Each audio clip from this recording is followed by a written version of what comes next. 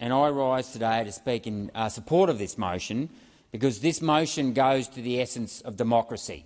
It goes to what our forefathers have fought for the last 250 years. And I hark back to that great year 1776 when the great patriots of the USA fought against the foreign oppression.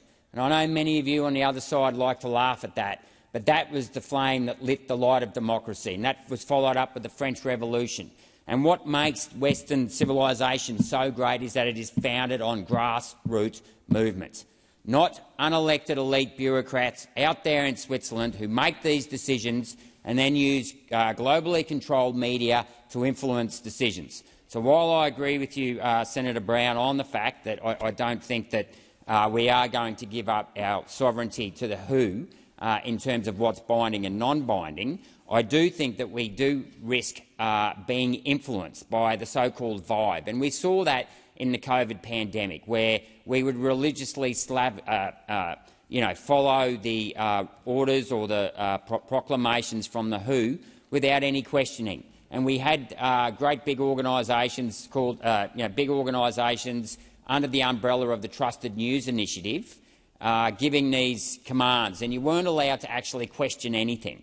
You weren't allowed to actually question anything, and if you did, you were censored. And we've seen that come out recently with the Twitter files, where the White House, for example, was influencing social media companies, and anyone that tried to put a story out there about, might have questioned the safety of the vaccines was immediately barred from social media, and that is not right. And that was a globally coordinated effort.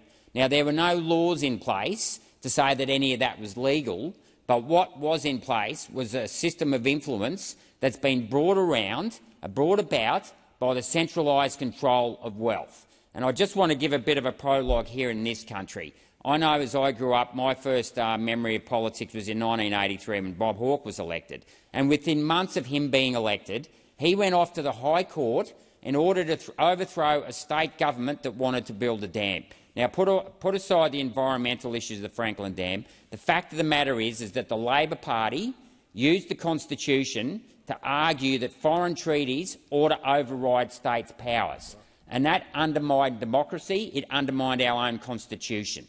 Okay, we cannot. You can't tell me when Deakin and Barton, the two great protectionists of this party, the first two prime ministers of this country, when they helped formulate the Constitution, that when they said that the federal government should have powers over foreign powers, that meant that foreign treaties could override domestic law. And that's exactly what the Franklin Dam decision did, and it was the start of unwinding our sovereignty in this country. 1985, Paul Keating let foreign banks into this country without any capital controls, and that mattered because for the next 30 years we saw the banks go out on a borrowing spree. We went from $8 billion, they had $8 billion in debt in 1985 to $800 billion debt in 2007, and all of that money went into housing.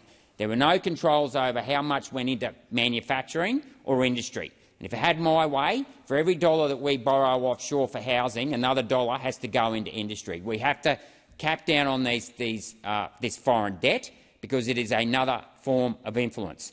Then we had the Button Plan, which ultimately destroyed manufacturing in this country. It destroyed the great state of Victoria, and that was followed up by the Dawkins Plan, which then brought in and empowered universities. So we've basically got rid of our manufacturing industry and we've replaced it and empowered it with these Marxists in universities that go around and undermine the working population. And to cap it all off then, we had superannuation, which basically funded the sale of our infrastructure to unelected officials in superannuation, along with foreign ownership. And that superannuation has centralised all the battlers' wealth in this country, so that we've got now, for example, the industry funds. They use one proxy manager. They own over 20% of all the major top 50 companies in Australia, and they vote together with that one proxy vote. And what's happened in Australia has also happened overseas. We have wealth managers like BlackRock, Vanguard, who have controlling interests in NBC, controlling interests in Pfizer. These people, the people that sit on the boards, they also sit on the NIH, and there's massive conflicts of interest. And that is where we get the problem with these treaties, because with the World Health Organisation, and as Senator Roberts rightly pointed out before, Bill Gates, I think, and I'll stand to be corrected on this, is a massive donor to the World Health Organisation. I think he might be the second biggest donor. He has enormous influence. He's not accountable to anyone. He himself has backflipped on how effective the vaccines were. But yet again, there is no level of accountability. And that is the problem with organisations like the World Health Organisation. And look, I think that they served a purpose after World War II. I think that the United Nations was created with the good intentions of trying to resolve, find a peaceful solution between countries going to war. But of course, as we know with the famous Victoria Newell and Geoffrey Peart leaked conversation there back in 2014, Ban Ki-moon actually condoned the overthrow of a democratically elected government in Ukraine. So you've got to ask yourself why the United Nations isn't trying to strive for peace rather than interfere in domestic countries' policies. And that is the difference. I've got no problems with seeking cooperation between countries. That is very important. We do not want conflicts going on. But at the same time, we have to respect a nation's sovereignty. And that means that the people and the government must listen to its people. And this is particularly relevant because Section 477(1)(c) of the Biosecurity Act actually empowers the Health Minister to declare an emergency on a recommendation by the World Health Organisation. Now, that is actually already in legislation, and that is very, very scary, the fact that we have already legislated the fact that the Health Minister can make a unilateral decision based on the recommendation of the World Health Organisation. And that is why this inquiry is so important, because we need to shine a light on the actual dealings of the bureaucrats. And let's face it, it's the bureaucrats who run. I've often said this: it's the bureaucrats who are a shadow government, in this country. It's not us. We turn up here 19 weeks of the year and we just run across the chamber to the bells like monkeys on a tin can or whatever.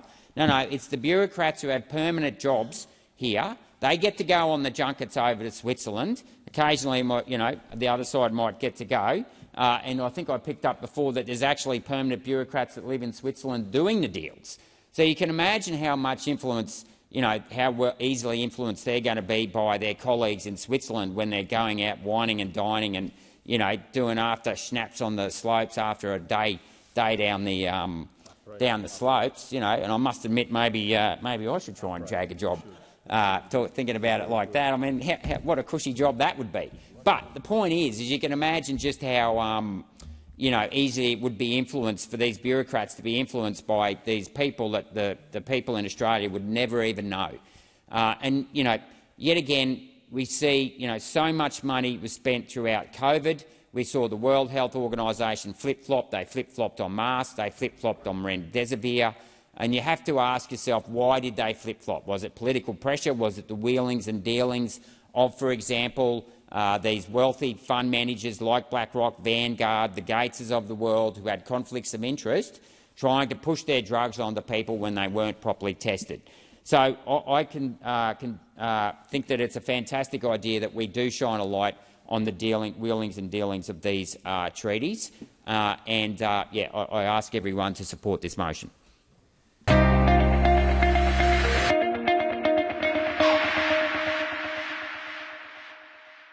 Authorised G. Rennick, LNP Chermside.